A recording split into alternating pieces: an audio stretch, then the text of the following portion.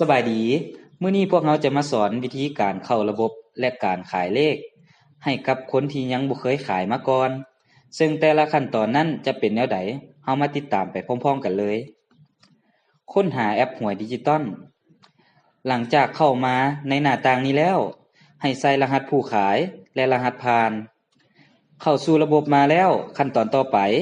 ติ๊กไปที่ห้องแรกเพื่อที่จะใส่เลขเสียงที่ต้องการขายต่อมาใส่จำนวนเงินในห้องที่สองแล้วกดขายหลังจากกดขายแล้วรายการขายก็จะปรากฏขึ้นมาตามหน้าจอด้านเทิงแล้วกดใส่พิมพ์บิลเพียงแต่เท่านี้การขายก็สำเร็จผล